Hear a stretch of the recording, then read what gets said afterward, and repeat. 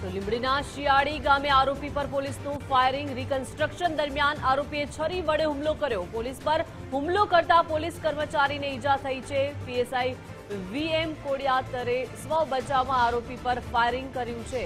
સુરેન્દ્રનગરની આ સમગ્ર ઘટના છે, જ્યાં લીંબડી તાલુકાના શિયાળી ગામે રિકન્સ્ટ્રક્શન કરવામાં આવી રહ્યું હતું। તે દરમિયાન આરોપીએ પોલીસ પર છરી વડે હુમલો કર્યો છે અને આ સમગ્ર મારામારી તેમજ તડીપારના ગુનાના આરોપી દેવરાજ ઉર્ફે બુલ બોરાણા દ્વારા પોલીસ પર હુમલો કરવામાં આવ્યો છે અને જ્યારે હુમલો કરવામાં આવ્યો ત્યારે પોલીસે સ્વ બચાવમાં ફાયરિંગ કર્યું છે। લીંબડીના શિયાળી ગામે આરોપી પર ફાયરિંગ કરવામાં આવ્યું છે। મહત્વનું છે કે સ્વ બચાવ માટે પોલીસે ફાયરિંગ કર્યું છે। રિકન્સ્ટ્રક્શન દરમિયાન આ સમગ્ર ઘટના ઘટી છે। પોલીસ દ્વારા આરોપીને રિકન્સ્ટ્રક્શન કરવાની કાર્યવાહી હાથ ધરવામાં આવી હતી। વધુ માહિતી સાથે સંવાદદાતા હિરેન જોડાઈ ગયા છે। હિરેન, લીંબડીના શિયાળી ગામે જે આરોપીનું રિકન્સ્ટ્રક્શન દરમિયાન જે ઘટના બની હતી, પોલીસ પર પોલીસે ફાયરિંગ કર્યું છે આરોપી પર સ્વ બચાવમાં, અને કઈ રીતે આ ઘટના ઘટી હતી, શું આખો મામલો? ચોક્કસથી દીપિકા, વાત કરો તો મોડી સાંજનો બનાવ છે। લીંબડી તાલુકાના શિયાળી ગામે એક આરોપીનું પોલીસ દ્વારા રિકન્સ્ટ્રક્શન કરવામાં આવી રહ્યું હતું। ખાસ કરીને જે આરોપી છે તે મારામારી તેમજ તડીપાર સહિત અંદાજે 11 થી વધુ ગુનાના આરોપી દેવરાજ ઉર્ફે બુલ બોરાણાનું શિયાળી ખાતે રિકન્સ્ટ્રક્શન ચાલી રહ્યું હતું। જે દરમિયાન આરોપી દ્વારા છરી વડે પોલીસ કર્મચારી પર હુમલો કરવામાં આવ્યો હતો, જેમાં પોલીસ કર્મચારીને ઈજા પહોંચી છે। જ્યારે આ જ બનાવ સ્થળે હાજર પીએસઆઈ વીએમ કોડિયાતર દ્વારા પણ સ્વ બચાવમાં આરોપી પર ફાયરિંગ કરવામાં આવ્યું હતું અને જેમાં આરોપીને પણ પગમાં ગોળી વાગતા હાલ ઈજાઓ પહોંચી છે અને આરોપીને પણ સારવાર અર્થે હોસ્પિટલ ખસેડવામાં આવ્યો છે। જ્યારે પ્રાથમિક તપાસમાં ઈજાગ્રસ્ત પોલીસ કર્મચારી ધર્મેન્દ્રસિંહ પરમારને સારવાર અર્થે હોસ્પિટલ ખસેડવામાં આવ્યો છે। આ જ બનાવને પગલે લીંબડી ડીવાયએસપી, પીઆઈ, પીએસઆઈ સહિતનો પોલીસ કાફલો હાલ હોસ્પિટલ ખાતે આવી પહોંચ્યો છે અને વધુ તપાસ હાથ ધરી છે। જી દીપિકા। વિરેન, આ આરોપીને લઈને શું વિગતો મળી રહી છે? કયા કયા ગુનામાં તે સંડોવાયેલો હતો? આ સમગ્ર ઘટનાને કયા સમયે અંજામ આપવામાં આવ્યો હતો? ચોક્કસથી વાત કરો તો જે આરોપી છે તે મારામારી, રાયોટિંગ, તડીપાર, ઇંગ્લિશ દારૂ, પ્રોહિબિશન, જુગાર સહિતના 11 થી વધુ ગુનામાં સંડોવાયેલ હતો અને કુખ્યાત આરોપી હતો। કુખ્યાત આરોપી જે છે છેલ્લા ઘણા સમયથી નાસ્તો પડતો હતો, જેને પોલીસે ઝડપી પાડ્યો હતો અને પોતાના જે શિયાળી ગામ છે તે આરોપીનું રિકન્સ્ટ્રક્શન કરવામાં આવી રહ્યું હતું। તે દરમિયાન આરોપી જે છે પોતાના આપણી સાથે વિશાલ રબાડી જોડાઈ ગયા છે, ડીવાયએસપી છે તેઓ। સ્વાગત છે વિશાલભાઈ ગુજરાત ફર્સ્ટમાં। જે રીતે આજે સમગ્ર લીંબડીના શિયાળી ગામમાં જે ઘટના બની, આરોપી પર પોલીસે સ્વ બચાવ માટે ફાયરિંગ કર્યું છે, આખી આ ઘટના કઈ રીતે બની હતી? લીંબડી પોલીસ સ્ટેશનના ગુનામાં દેવરાજ બોરાણા કરીને જે આરોપી છે એને રિકન્સ્ટ્રક્શન માટે થઈને શિયાળી ગામે લઈ જવામાં આવ્યો હતો। ત્યાંથી હથિયારની રિકવરી માટે થઈને જયારે એને લઈ ગયા તો ત્યાંથી એ જ હથિયાર વડે આણે જે ત્યાં જગ્યા ઉપર હાજર પોલીસ કર્મી હતો એના ઉપર હુમલો કરીને પોતે ભાગવાનો પ્રયત્ન કરેલો હતો। એ જ દરમિયાન સ્વ બચાવમાં પોલીસે એના ઉપર ફાયરિંગ હવામાં અને પછી પગ ઉપર કરેલો હતો, તેમાં એના લીધે એના પગ ઉપર ઈજા થઈ છે અને હાલ જે આરોપી છે સારવાર હેઠળ છે અને પોલીસ કર્મી છે એ પણ સારવાર હેઠળ છે। બંને અત્યારે આઉટ ઓફ ડેન્જર છે। બીજી આગળની પોલીસ કાર્યવાહી ચાલુ છે। જી સર, આ આરોપી કયા કયા ગુનામાં સંડોવાયેલો હતો? એના વિરુદ્ધમાં ટોટલ 13 ગુના છે। પ્રોહિબિશન, મારામારી, રાયોટિંગ ના ગુનાઓ વધારે છે।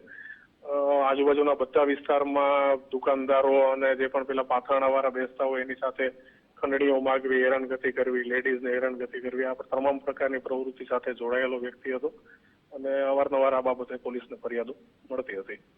વિશાલભાઈ, જ્યારે સ્વ બચાવ માટે પોલીસ જ્યારે આવી રીતે ફાયરિંગ કરે છે તેની શું જોગવાઈ હોય છે? કેમ કે આરોપીને ઈજા તો થઈ જ છે। હા, એમાં સ્વ બચાવમાં જોગવાઈ મુજબ જોવા જઈએ તો પોલીસ સ્વ બચાવમાં કોઈ પણ કાર્યવાહી કરે છે તો એ એમને પોતાની સદબુદ્ધિથી કરેલું કૃત્ય છે, એટલે એમાં કોઈ એમના ઉપર કાયદાકીય રીતે બીજી કાર્યવાહી થઈ નથી શકતી। બીજી રીતે જોવા જઈએ તો આરોપી જયારે આ પ્રકારે ગુનેગાર હોય અને ભાગવાના પ્રયત્ન કરતા હોય છે ત્યારે પણ એમને અટકાવવા માટે અને એ ભાગીને નીકળી ન જાય એના માટે થઈને પણ યોગ્ય બળ પોલીસ વાપરી શકે છે। આ બંને જોગવાઈઓનો ઉપયોગ જે છે અવારનવાર જયારે પણ જેવી જરૂરિયાત ઊભી થાય એ મુજબ પોલીસ કરતી હોય છે। જી બિલકુલ, આભાર વિશાલભાઈ ગુજરાત ફર્સ્ટ સાથે જોડાયા તે બદલ। તો કાયદાને હાથમાં લેનારા જે તત્વો છે, અસામાજિક તત્વો છે, તેમને આ પોલીસનો સાફ સંદેશ છે મહત્વનું છે કે સુરેન્દ્રનગરના લીંબડીની આ સમગ્ર ઘટના છે કે જ્યાં આરોપીનું રિકન્સ્ટ્રક્શન કરવામાં આવી રહ્યું હતું અને તે દરમિયાન આરોપીએ પોલીસ પર હુમલો કર્યો, છરી વડે પોલીસ પર હુમલો કરવામાં આવ્યો અને પોલીસે પણ સ્વ બચાવમાં ફાયરિંગ કર્યું છે. આરોપીને ઈજા પહોંચી છે અને આ આરોપી જે છે તે 13 જેટલા ગુનામાં સંડોવાયેલો છે અને આરોપીને કાયદાનું ભાન કરવા માટે રિકન્સ્ટ્રક્શન કરવામાં આવતું હતું અને તે દરમિયાન આ સમગ્ર ઘટના ઘટી છે. સ્વ બચાવમાં આરોપી પર ફાયરિંગ કરતા આરોપીને પગમાં ગોળી વાગી છે. લીંબડીના શિયાળી ગામે આ સમગ્ર ઘટના ઘટી છે. રિકન્સ્ટ્રક્શન દરમિયાન આરોપીએ પોલીસ પર છરી વડે હુમલો કર્યો છે અને પોલીસે પણ સ્વ બચાવમાં આ ફાયરિંગ કર્યું છે.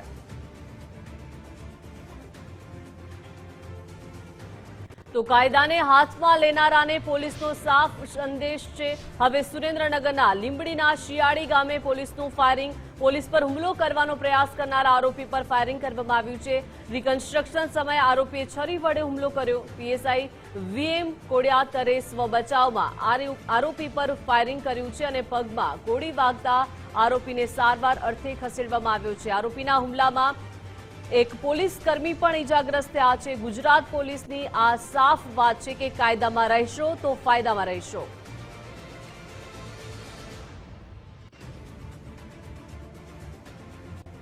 તો લીંબડી તાલુકાના શિયાળી ગામે રિકન્સ્ટ્રક્શન દરમિયાન આ સમગ્ર ઘટના બની છે.